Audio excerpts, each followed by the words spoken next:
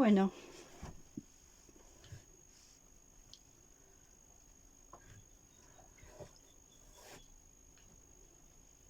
para mí es bien interesante lo que plantea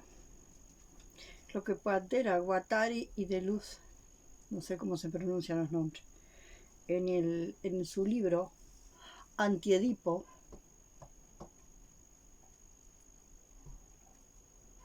y el capitalismo como creador de esquizofrenia. La capacidad esquizofrenizante del capitalismo. Y me parece muy interesante, ¿no? Porque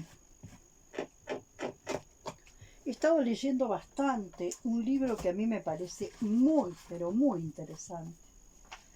Les voy a mostrar. Lo tengo muy rotito.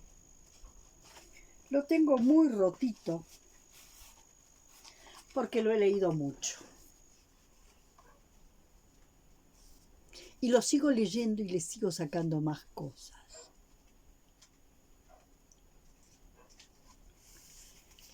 Todavía encuentro más.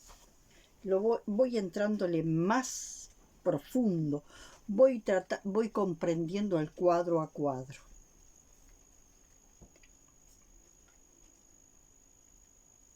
El capitalismo actual, el capitalismo moderno, nace con la nueva forma de organización.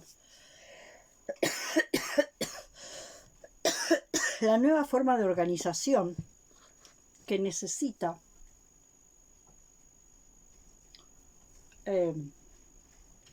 la sociedad industrial, ¿tá? Entonces la sociedad industrial necesita organizaciones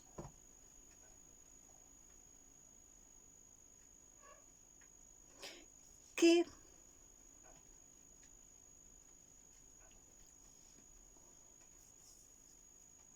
le pongan un orden a la energía social humana. Porque un grupo social que esté organizado según esta manera de organización, un grupo que esté organizado, ¿no?, va a producir más, ¿no? Entonces por ahí hablan esto de organizarse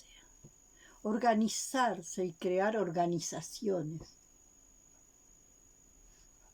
La organización domestica la orgánica fuerza salvaje, a tal punto que crea tal contradicción, que se habla de una carta orgánica cuando en realidad es una carta que organiza, por lo tanto, es antiorgánica. Porque lo orgánico es la salvaje pulsión de vida. Lo orgánico es la salvaje pulsión de vida. La espontánea y natural y salvaje pulsión de vida.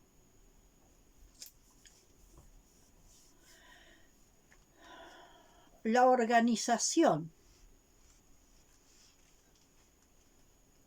Ya habían otras formas de organización previas que de alguna forma estaba planteado lo que sucedía en la esclavitud, que había una forma de organización sin duda,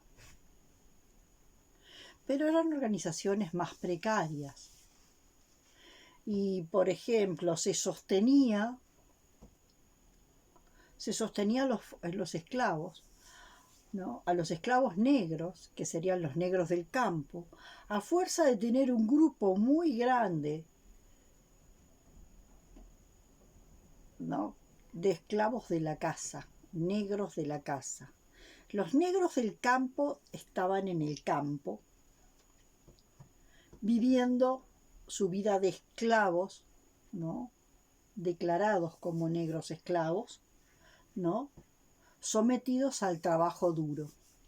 Luego estaban los otros esclavos, que también eran negros, casi todos, algunos mestizos, pero en general negros, que eran los famosos,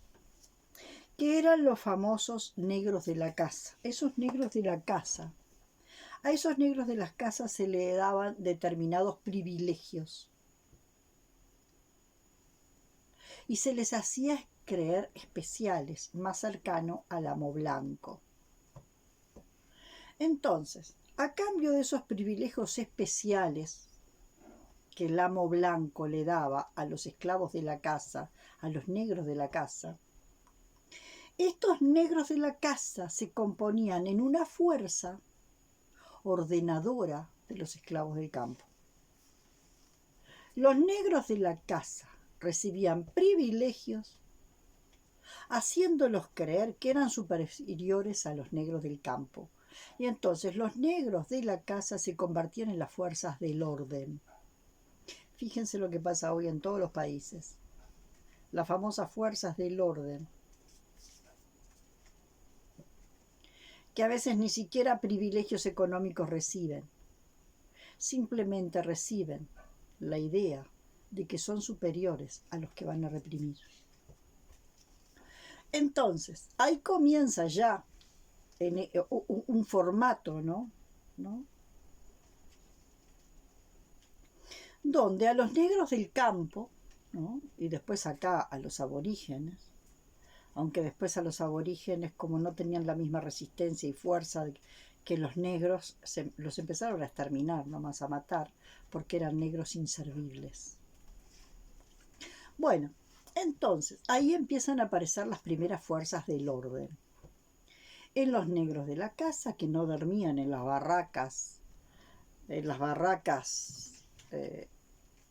sino que en las barracas de entreno, ¿no? Sino que los negros de la casa ya tenían sus catres, ya tenían otra forma de vivir que se parecía más a la del amo blanco, y conformaban las fuerzas del orden que eran los grupos de capataces,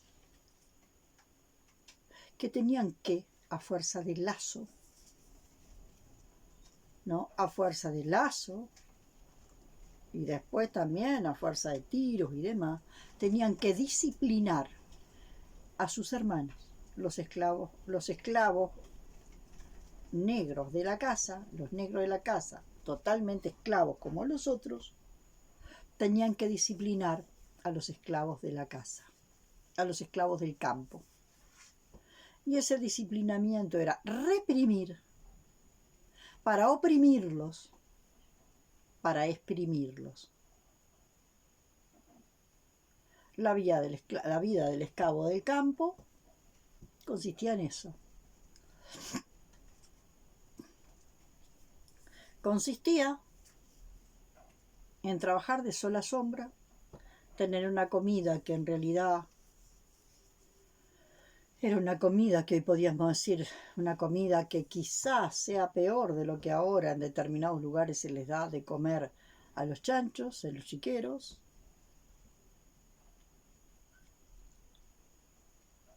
Tenían unos trapos como ropa para vestirse y dormían entre el heno, la paja. Dormían ahí, todos juntos, amontonados unos con otros, porque no tenían catres, no tenían colchones, no tenían nada.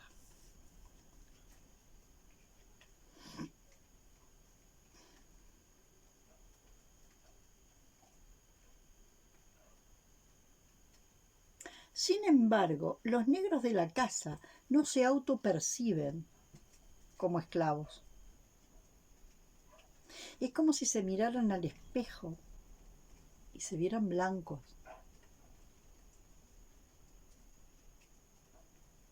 ¿Hay algún caso en los últimos tiempos de América Latina de alguien que tenía los rasgos totalmente claros de los pueblos originarios y se creía blanca? Y levantaba la Biblia para aplastar la bandera, la huilpala, con la Biblia, porque se percibía blanca.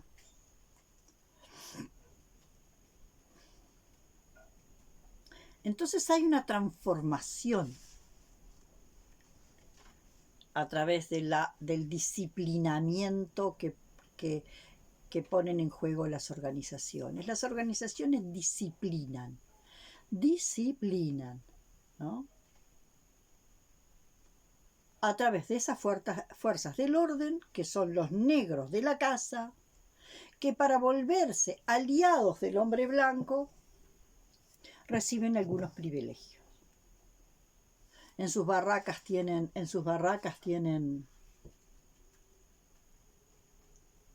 catres, tienen colchones, se alimentan mejor, pueden acceder a un poco más de ropa, de mejor ropa, pero no es que tengan mucho tiempo libre o que tengan derecho a salir de vacaciones. No, unos privilegios que los sostienen ahí. ¿No? No sea cosa que te vayas a confundir. Porque ningún blanquito se puede casar.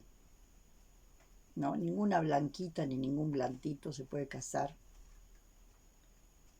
con alguno de los negros de la casa. ¿No? Por más que sea la fantasía de algún negro de la casa o de alguna negra de la casa, de aspirar a casarse con un amo blanquito. Bueno, el tema es que esa organización era muy costosa. Esa organización era muy costosa realmente. Y entonces, de alguna forma, por eso en realidad se empieza a abolir la esclavitud. Después también en el feudalismo pasa lo mismo. Llega un momento en que empieza a ser muy costoso el feudalismo. La historia es que se necesita crear una organización en la cual el esclavo se crea libre. Eso es lo que pasa en las organizaciones capitalistas. Hay que crear en estas fábricas que aparecen con la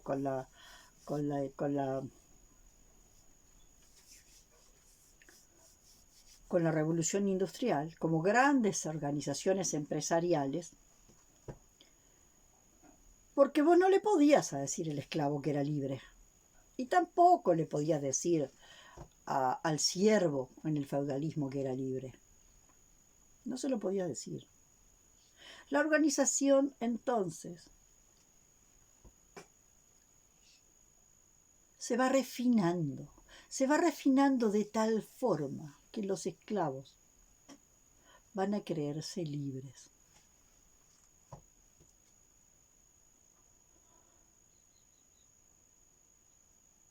Y van a creerse libres por poder vivir de un salario.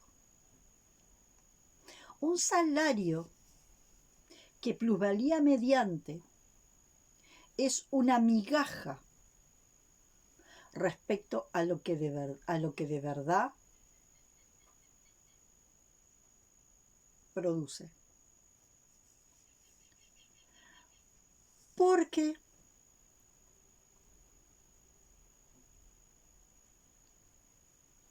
el empresario le paga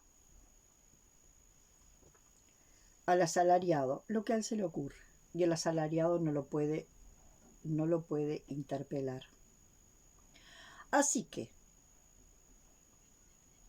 hay una sobrevaloración del valor del capital, un capital que fue obtenido gracias a la explotación, porque siempre ha sido así.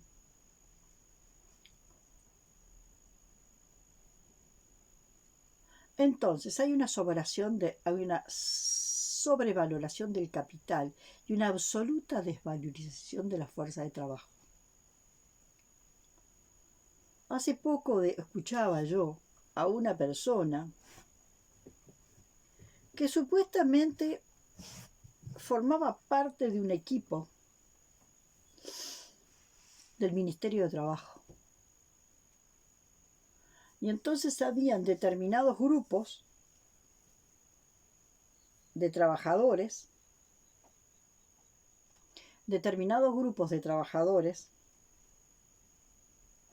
que estaban planteando la posibilidad de reducir más la jornada de trabajo a 6 horas.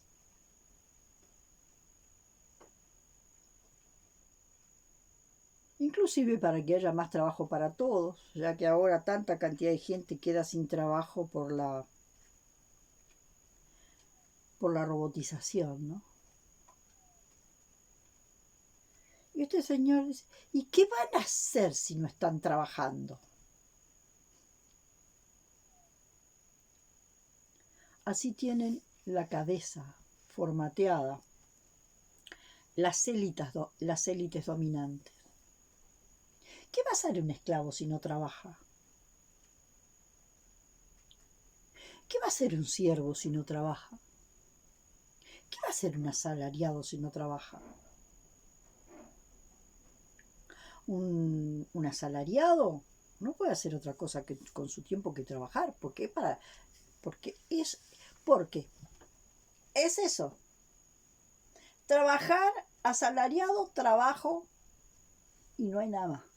No es trabajo, más lectura, más vacaciones, más esto, más lo otro.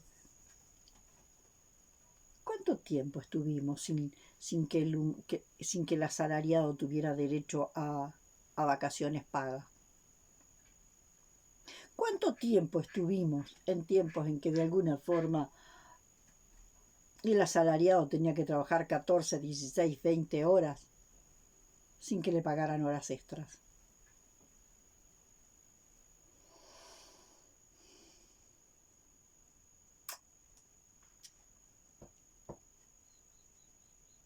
Entonces, ¿qué es lo que hace la organización? La organización disciplina a las masas. Y la organización disciplina a las masas a partir de fuerzas del orden, que en este caso, ya les digo, nacen de los grandes territorios, de las grandes haciendas rurales, ¿no? De esos negros de la casa, que se vuelven las fuerzas del orden que disciplinan a los negros del campo, a sus propios hermanos, habiendo muchas veces, teniendo familiares del otro lado. A esos negros del campo, se le quitaban los hijos y se vendían como esclavos. Y se vendían como esclavos para que se los llevara otro esclavista lejos. Porque si los hijos quedaban cerca de sus padres esclavos, esos padres no rendían en el trabajo. Entonces había que tomar esos hijos de los esclavos y venderlos a un esclavista que estuviera muy lejos, en una hacienda que estuviera muy lejos de la hacienda donde estaban los padres, cosa de que esos padres no pudieran tener de ninguna manera ninguna información que se pudiera filtrar o colar de dónde estaban sus hijos. Así que perdían toda conexión. Es decir, es más o menos como se hace con la vaca, que se las desteta, se les sacan los terneros y se venden.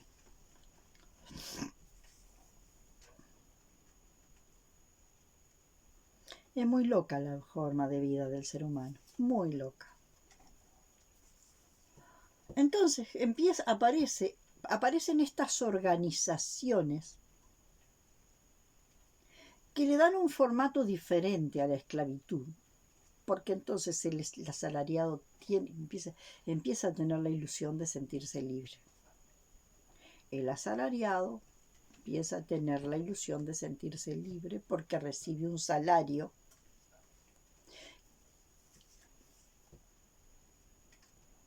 que no es el fruto de un acuerdo, ¿no? De decir, yo te vendo mi fuerza de trabajo y mi fuerza de trabajo vale tanto. No. imposible poder decir mi fuerza de trabajo vale tanto. Entonces por ahí aparece la gente que dice que los empresarios son muy buenos con los trabajadores porque crean trabajo. Que los trabajadores, los asalariados tienen que estar encantados. No, no. El trabajo asalariado es un dispositivo por el cual el empresario se queda con la fuerza de trabajo, con un porcentaje muy alto de la fuerza de trabajo del asalariado.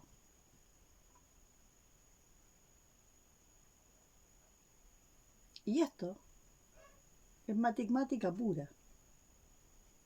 Porque cuando el empresario empieza a tener ganancias, empieza a invertir y a crecer como empresario. Pero ¿quién hizo crecer esas ganancias? El asalariado, que es el que fabrica el producto. Entonces, supongamos que el costo del objeto, bueno, tiene tanto de materia prima, tanto de esto, tanto del otro, y tendría tanto en el costo de fuerza de trabajo. Supongamos que en el costo total, el aporte de la fuerza de trabajo del trabajador, del asalariado, fuera de un 40%. ¿No? El aporte de la fuerza de trabajo que invierte el trabajador en la fabricación fuera de un 40%. Pues cuando el empresario va a hacer las cuentas, va a decir que el aporte de la fuerza de trabajo es de un 5%. Y le va a pagar un 5%. Y si no te sirve que yo te pague un 5%, te vas. Y el trabajador se tiene que ir, porque con todo el tiempo, como se ha conformado la situación, el capitalista se quedó con el río, se quedó con las cañas de pescar, se quedó con las carnadas, se quedó con todo.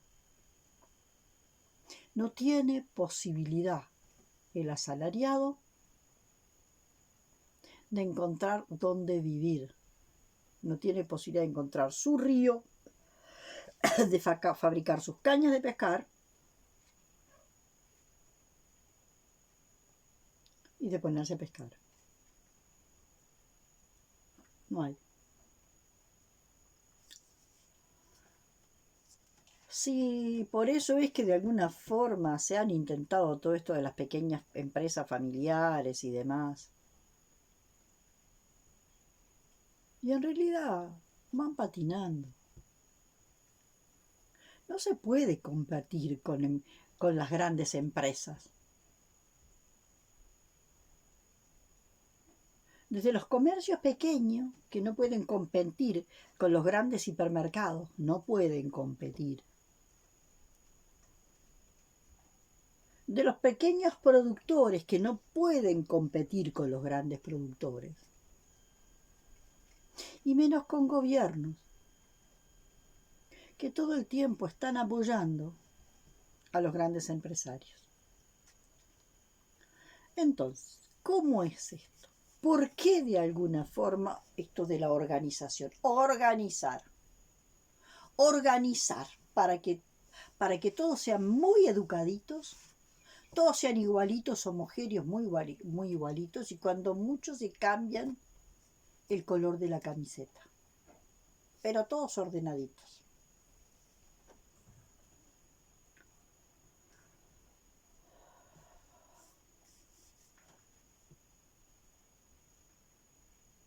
¿Qué pasa entonces con la pulsión de vida, la fuerza salvaje de la pulsión de vida? ¿Qué pasa? Bueno, hay que crear chupachupas. Hay que crear chupachupas para que las personas se enganchen con los chupachupas. Caramelos, bombones, el auto nuevo. Por lo tanto, tenés que cambiar de auto para tener el último auto. Porque no alcanza contengas un autito que te da resultado, que lo va sosteniendo, que esto, que lo otro, no. Tenés que tener el auto, el mejor auto cuando podés. Bueno, y entonces hay chupachupas para todas las clases sociales.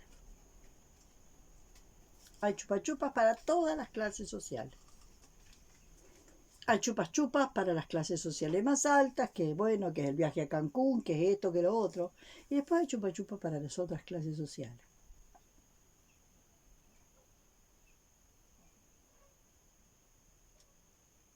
Las chucherías que te podés comprar. Y después está el vino, la droga. Todo eso, el vino, la droga, todo lo demás. Son los distintos chupa chupa. Los distintos, el placer que adormece. Todos los placeres que adormecen para apagar la fuerza revolucionaria. A tal punto que uno encuentra personas que supuestamente tendrían la cabeza abierta en función de tener esa fuerza revolucionaria, esa fuerza salvaje revolucionaria, y esa fuerza salvaje revolucionaria no implica ir contra otro, sino esa naturaleza salvaje te empodera. No te vuelve un ser destructivo. Esa fuerza salvaje te permite el autorrescate. El autorrescate del propio poder personal. Y el propio poder personal es el poder de la autorrealización. Que ese poder de la autorrealización permite decirle un basta al otro. Basta.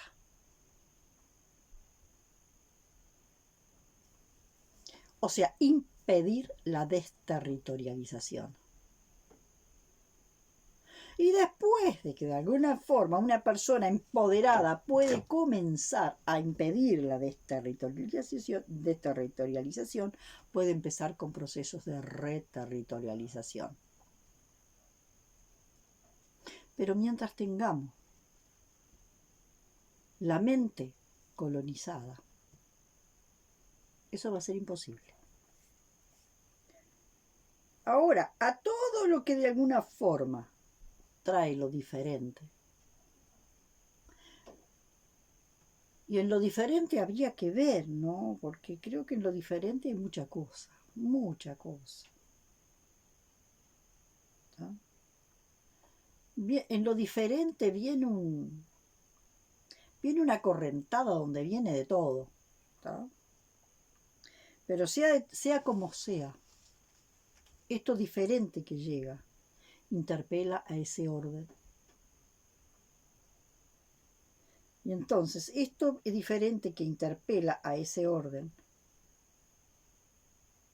Tiene que ser nuevamente reprimido, oprimido para ser exprimido. Y si no,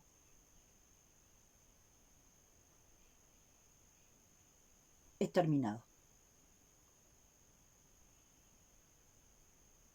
Entonces esto es muy fuerte porque Hellinger dice que la fuerza de la transformación está en lo excluido. Está en los excluidos y en lo excluido. O sea que cuando nosotros queremos domesticar a la fuerza salvaje empoderante de los obreros, para tenerlos contentitos trabajando para nosotros, yo soy una empresaria y tengo que tener los obreros bien ordenaditos, trabajando sin interpelarme y sin interpelar al sistema. Y eso se ha visto mucho en este periodo. Bueno, no te quiero afiliado a sindicatos, no quiero que votes a la izquierda, no quiero que esto, no quiero que esto. O sea, bien ordenadito, bien militarizado, bien educastradito, como un niño educadito, prolijito, obediente. Y después vaya a su casa y enchúfese al televisor y pase todo el día mirando Gran Hermano. O algún teleteatro que le haga vivir la fantasía por un rato de lo que en el mundo real no puede vivir.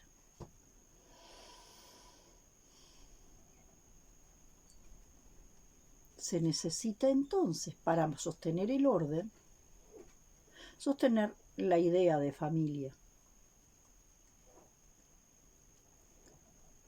Esa idea de familia que este señor plantea, que es donde se aprenden, el nido donde se aprenden los vínculos del capitalismo. ¿Por qué?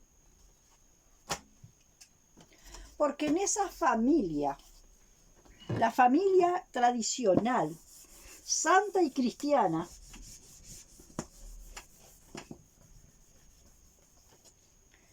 bueno, los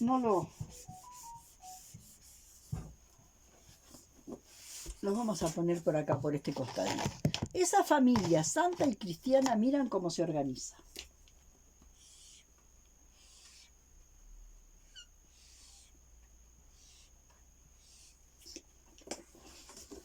Acá está el papá. El papá, el que tiene el poder, que es el papá. Luego está la mamá. Y luego están los hijos. El poder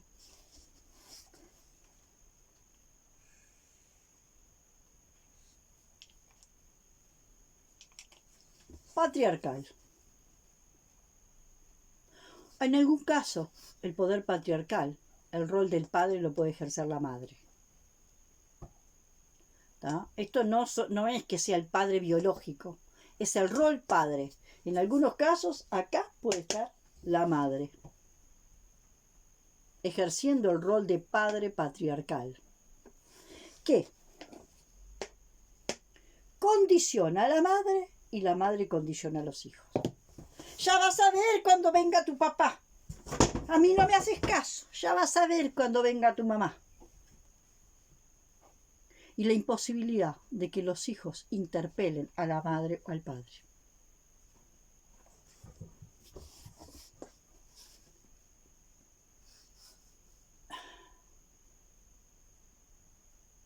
Los blancos, las élites blancas,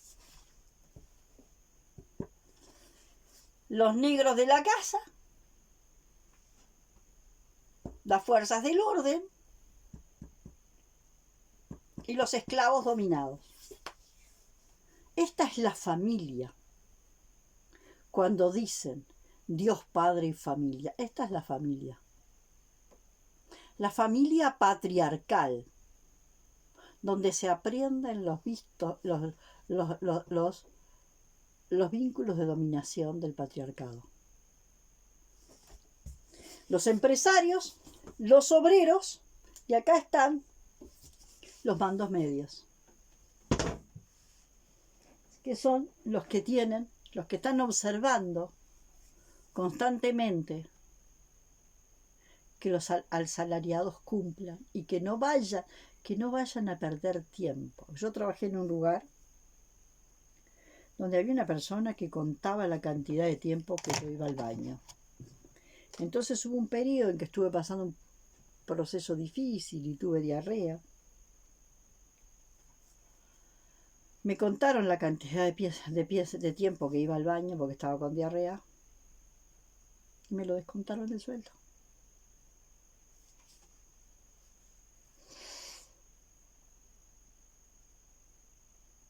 Entonces, en esta familia,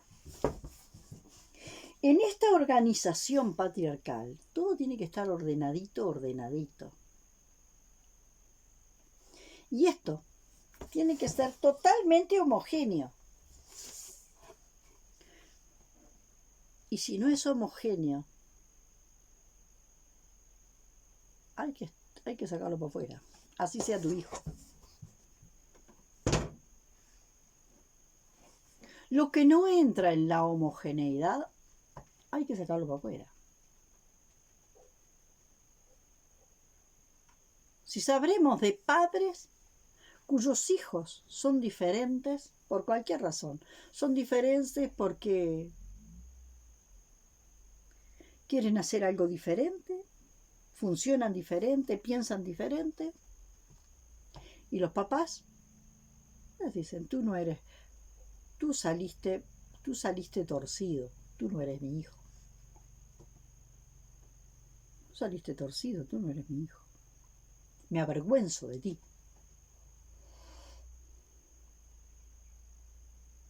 Entonces un hijo que de alguna forma no entra en ese modo ganar del sueño americano, ese ganar que lleva a la persona al éxito, ¿no? Aunque para ese ganar tenga que pisar y el otro tenga que perder. Fíjense lo que se ven en las películas norteamericanas, todo el tiempo están en lo mismo. Sos un perdedor, porque hay que ser ganador. Y hay que estar siempre en el modo ganar. Hablo de la identidad individual del ganar y la identidad individual del perder. No hablo de lo que se puede hablar a nivel de mediación. Ganamos todos. Bueno, ganamos todos y todos perdemos. Por lo tanto, ganar-perder, mi ganar-perder más tu ganar-perder. Y democratizamos las ganancias y democratizamos las pérdidas.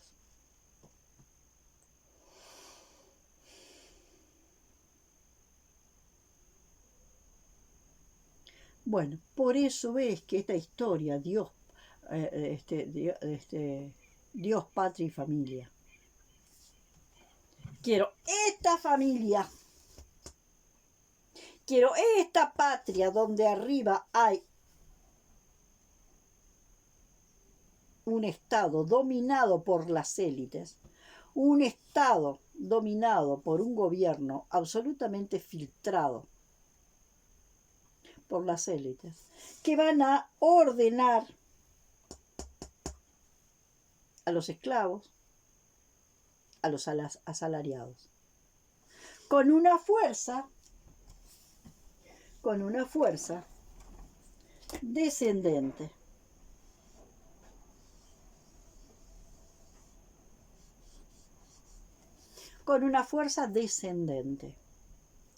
Ahora, cuando aparece la fuerza ascendente, que de alguna forma tendría que ver también con el pueblo organizado, con los asalariados organizados, esa fuerza comenzaría a hacer esto, a ir hacia arriba.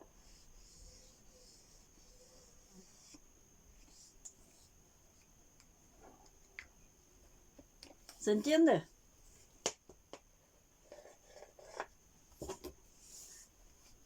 Esta es la fuerza, la roja es la fuerza instituyente. Domesticadora, instituyente, domesticadora, organizadora. ¿Que lo hace a través de qué? De las fuerzas del orden. Y acá estaría la fuerza revolucionaria, de la energía que quiere liberarse de la domesticación, de la colonización. El tema es que traemos nuestro esquema de organización. Entonces, a las organizaciones de trabajadores vamos a llevar todos los vicios de las organizaciones empresariales. Ese es el gran problema. ¿Cómo sería si nosotros consideramos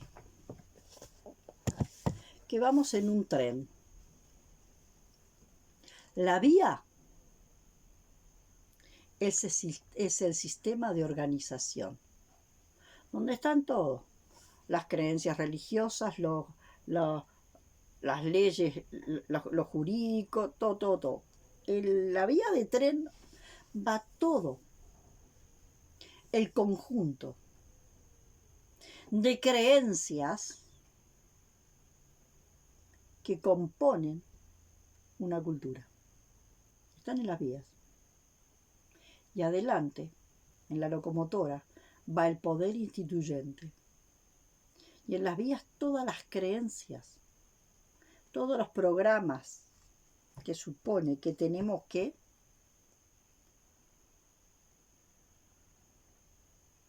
aprender.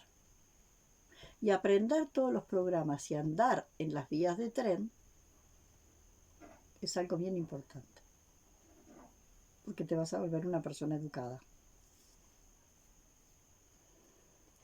El tema es que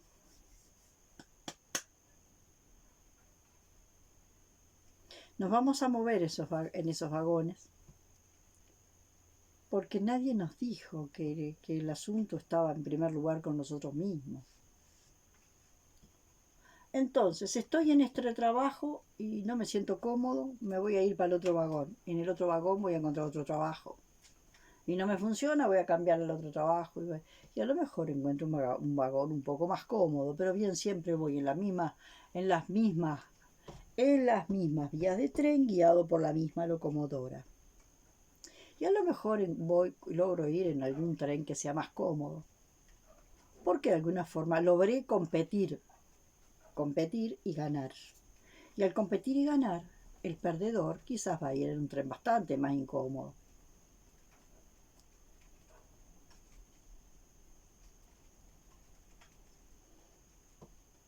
Y ahí vamos.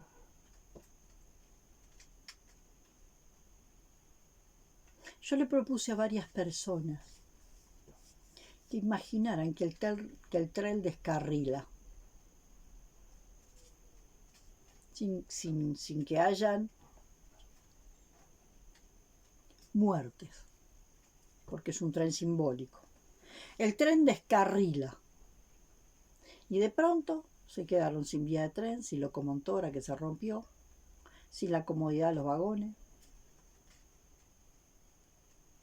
Están sentados mirando y enfrente tienen una selva. Bueno, me pasó gente, por ejemplo, que no quería salir del vagón. Miraba para afuera muerto de pánico.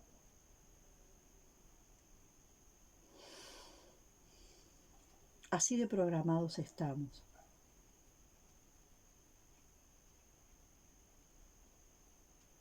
Entonces, esto que se le ha dado por llamar cultura woke, tiene de todo como en Boquitica. ¿Qué hay de todo? Pero está la diversidad. Con todo. Hay de todo. Pero está a la vista.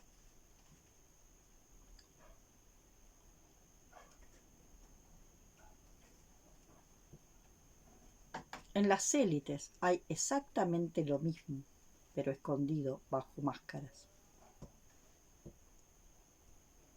En las élites es donde hay más pedofilia. En las élites poderosas y ricas es donde de alguna forma se matan bebés para utilizar el adenocromo. En las élites está muy tapado, muy disfrazado, porque así tienen que manejarlo. Tienen que ponerse una máscara de impecables para vender impecabilidad, para imponer la impecabilidad a los asalariados para que rindan. Y si de alguna forma empieza a ocurrir el desborde que pueda ocurrir, porque todo proceso revolucionario va a traer un cierto desborde, un cierto desorden, donde va a haber como de todo, pero va a estar a la vista.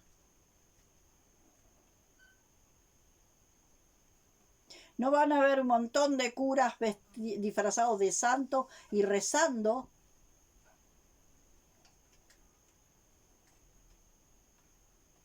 Siendo pedófilo.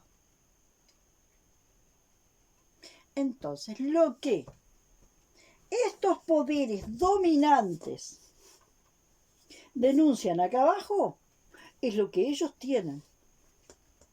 Acá lo prohíben, pero ellos se autohabilitan a todo eso.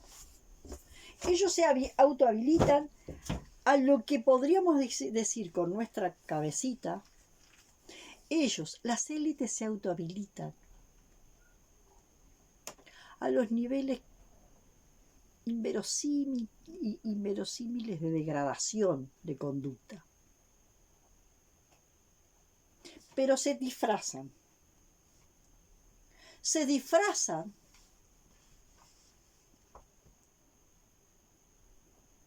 porque necesitan que los asalariados, los esclavos modernos, vivan en esa familia ordenadita y sean ordenaditos. Y fumen mucho y utilicen alcohol hasta cierto grado, así que pueden tomar alcohol todo el fin de semana. Sábado y domingo pueden tomar todo el alcohol que quieran. De lunes a viernes no, porque tienen que trabajar y si es posible sábado mañana tampoco. Pero salís del trabajo y te podés mamar.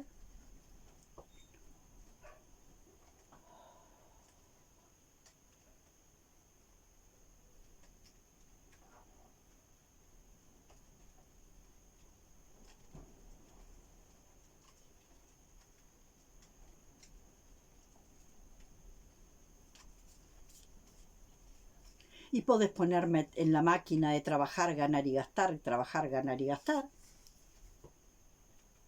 En los distintos niveles, porque en cada extracto social, la zanahoria que vas a comprar tiene un valor económico diferente, pero el valor psíquico es el mismo. Sostenerte mirando la zanahoria, que es lo próximo que voy a comprar, que es lo próximo que voy a tener, que es lo próximo que yo voy a lograr concretar en mi vida. Como si la vida consistiera en eso, en lo que tengo. Entonces para uno será comprarse la bicicleta. Para otro será cambiar el auto. Para otro será su navío. No importa. Funciona exactamente igual. Y no es que no te puedas comprar una bicicleta.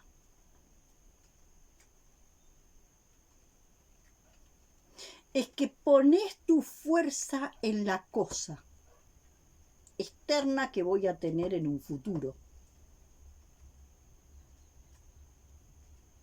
Entonces pones toda tu fuerza en eso que voy a tener.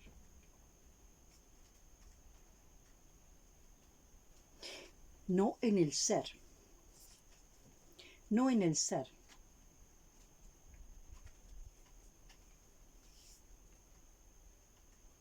Porque cuando tú te centras en el ser,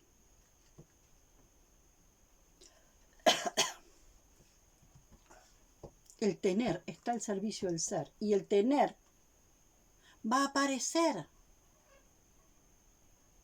como fruto de la evolución del ser. En cambio, cuando para ti el objetivo es el tener, el ser desaparece, el ser se desdibuja. El ser original se desdibuja y queda el ser de la apariencia, que para muchos se les confunde. Entonces por todo eso aparece todo esto, ¿no? De cómo el capitalismo crea esquizofrenia, cómo el capitalismo es el gran creador de esquizofrenia. ¿Por qué? Porque todo lo reprimido por algún lugar revienta. Y muchas veces revienta como cáncer, como infarto,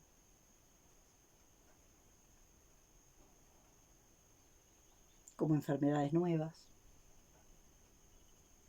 porque de alguna forma nosotros internamente funcionamos exactamente igual. Nosotros, dentro de nosotros, tenemos la misma estructura vertical.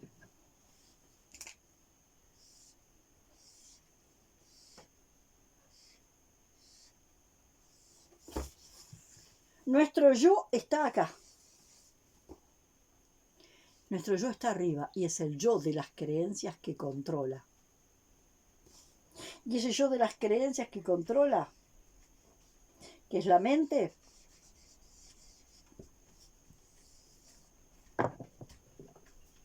¿controla a quién? Controla el cuerpo. La mente controla el cuerpo. Por eso la naturaleza salvaje empieza por reconectarnos con el cuerpo. Por eso, lo primero que empezás a sentir en un temazcal, y más si seguís yendo a temazcales,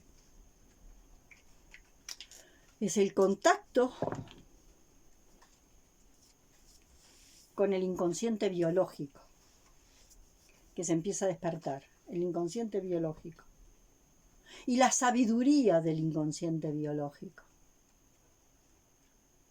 y la inteligencia organísmica, que es la que nos intentan silenciar todo el tiempo. La inteligencia organísmica tiene que ser sepultada. La inteligencia organísmica tiene que ser sepultada por la inteligencia mental. Del mismo modo que el padre va a controlar a los hijos, lo mismo que el patrón va a controlar a sus esclavos. El amo va a controlar, el patrón va a controlar a sus empleados. Y acá también empieza la revolución que teníamos acá.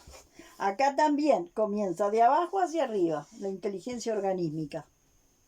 El despertar de la inteligencia organísmica.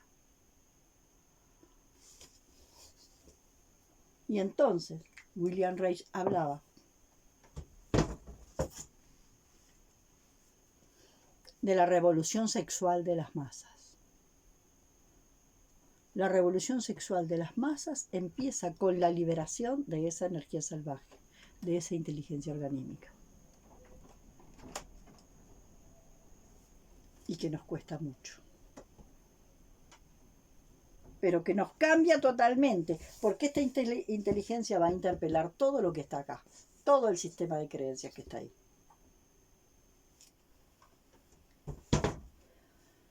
Bueno, hoy lo dejo por acá. Hasta la próxima.